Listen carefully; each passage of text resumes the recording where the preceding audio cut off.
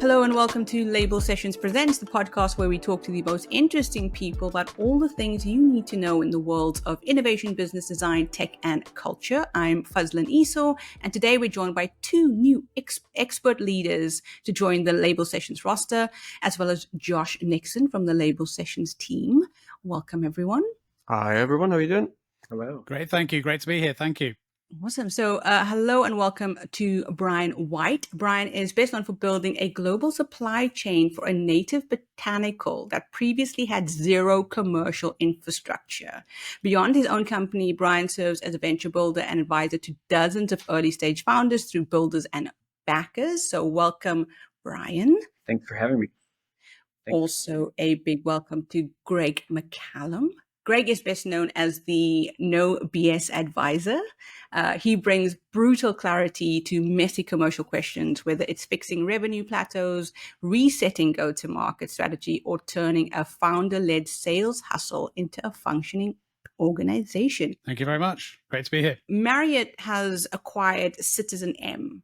So I'm not sure if you're aware of the Citizen M brand. It's sort of a mobile digital nomad focused hotel group. So it's designed with co-working spaces and meeting rooms rather than sort of room service. It's very much co-working first, hotel second, which is very sort of the opposite of what the business hotels used to be before this type of thing. So I have two questions. My first question is, what do we feel is the future of business hotels? And then the second question is more about when, chains acquire these kind of independent groups. Can you keep a challenger spirit alive after a merger and acquisition? Or does it have to be fully integrated into, the mothership? And I think both of you would have very interesting takes here as you sort of both have grown things and brought them into different things. So, Bryon, let's kick off with you. Sure. I mean, I come from hotel land, so we're one of the most visited places in the world. And I quite like Citizen M's. I've stayed in several. It is frustrating to me, the lack of functional co-working spaces while traveling. So I do feel like they solved for that problem in a meaningful way. If you've ever stayed in one, the rooms are tiny, like exceptionally tiny, which is not my favorite thing. But I think the bigger picture here is that it's just become very, very difficult for independent hotels to survive. Chains are ruling the world of hospitality. People are looking for hotels on the app, through Bonvoy or Hilton. And if you're not on that map, you're not being found and your rooms aren't being booked. So I think that is definitely something to consider. Is it, in this case, probably makes a lot of sense for both sides to consolidate. And I think Marriott will be finding a new customer from Citizen M's acquisition, and Citizen M will be surviving over the long term because they're now Marriott. And it's the same thing with Marriott recently acquiring Sonder.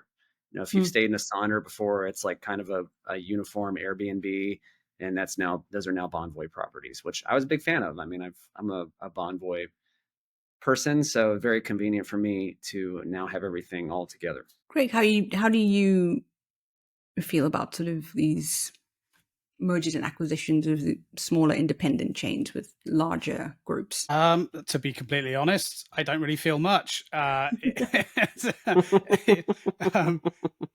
don't really have much of an opinion either way. I mean, Marriott can do what they want. They've got the money, they've got the sway. If they want to buy this company, then they should buy it. I mean, I don't really have much more to add other than that.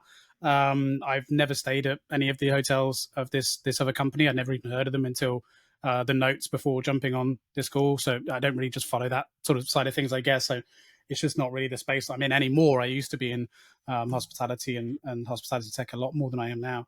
But yeah, good for them. I mean, that's what else can I say? I mean, good for them and probably good for the consumer too. One would hope that an organization like this is pumping their resources and their finances into a very clearly growing part of that market segment. But for me personally, from my own experience, I mean, I when I travel, I tend to book Airbnbs. I like my privacy. I like my space. And to be honest, I think 9 times out of 10, it's better value for money. And part of the reason is maybe because I don't feel like a lot of hotels are really geared up for that sort of business travel reason. It's either they're too lavish, too expensive, and there's not really the resources you need from a working perspective, or it's too boxy, too tiny, and too crappy. So it's like there's nowhere in between. So perhaps, I don't know, as maybe more of these locations open up in the UK, I might start checking them out. But unless they don't match their price point with Airbnb, I'm a bit stingy, so I'll probably just stick with that, to be honest. And in terms of sort of challenger brands keeping their identity, we've seen it just recently with Ben and Jerry's and Unilever, and sort of Ben and Jerry's was acquired by Unilever. Then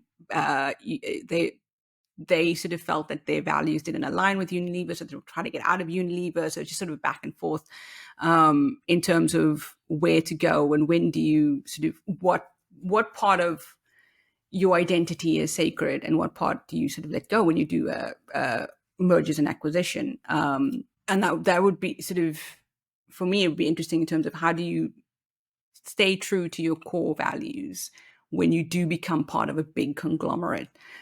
Any advice for business owners who are sort of just like they're selling their startup, they're sort of giving away everything? What is... Well, I mean, kind of, yeah. I mean, you can't really, have your cake and eat it in that scenario. I mean, if you're selling because you want, to reap the rewards of that sort of level of sale or acquisition, then there are going to be compromises. I mean, at the end of the day, that's just the way it goes. In terms of how to keep that challenger brand alive and all this kind of stuff. I mean, that's the devil's in the detail. I mean, that's up to you to and your position to whether you have the leverage to dictate that in your negotiation phase. I mean, but the reality is, if you're selling, then or going through an acquisition to that scale, I wouldn't really recommend complaining about these sort of things. Just get on with it, to be quite frank. And if you're concerned about selling out, then don't sell in the first place, because that is the literal definition of that term, selling out, right? So yeah, I guess cry more. That's all I have to say on it. Plus, it's right there. The Citizen M, it's going to be Citizen Marriott within the year, I think. Right. Yeah. Even change it. And look, if yeah, I mean, look, if there have definitely been some historical scenarios where the purchasing force has recognized the power of the brand that they're buying, and the independence of that brand as being integral to its rise and maintaining that success. And in those situations, you would just assume, for the most part, that the acquirer is intelligent enough to recognize that and usually maintain that, if they believe it is the right course of action for that brand and for their organization as a whole. But then they also sometimes make the decision, rightly or wrongly, to not do that. But these are, a lot of people sat in a lot of meetings making these decisions. And I think, it's somewhat hubristic of us to kind of assume that maybe the four of us would know what's better or worse than these people who've been maybe doing it for a long, long time and have access to all the information. So who knows what they're going to do with it? But and it doesn't mean it always works. When we've seen that historically, sometimes people have made the mistake of bringing it too much into the main corporate brand. But the point I'm making is these people have. It's always easy to say that with the power of hindsight, but the reality is these people are far smarter than probably all of us most of the time, and they would have gone through many, many months, if not years, of planning this all out and negotiating to get to that point. So, who knows, right? You have to be able to fly on the wall to really know what they were thinking behind them and what's going to be coming next with this merger. I would say too, to Greg's point, like sometimes they get it right, sometimes they don't. And I think Marriott has a pretty good track record of keeping the brands that they acquire intact. I mean, we saw it with AC, we saw it with Sonder. The quality and the voice of those flags did not change substantially after Marriott acquired them.